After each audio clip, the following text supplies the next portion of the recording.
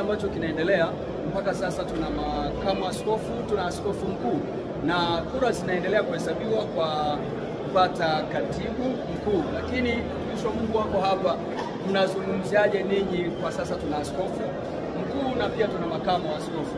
Karibu, majina yako pia uweze kuelezea wewe unatokea wapi na nini ambacho ni maoni yako.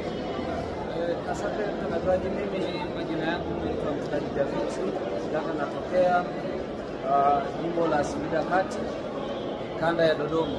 Kwa kweli tunamshukuru Mungu sana kwa sababu yeye ndiye anayewapata viongozi na akawadhibitisha kwetu.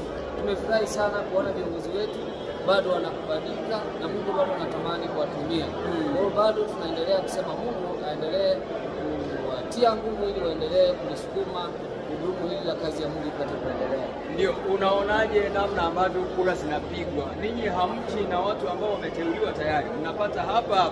Hii ni namna gani unaizungumzia? Ni namna gani mnapomwamini Mungu kiasi ya kwamba anawapa watu hapa? Kwa kweli ashukuriwe Mungu.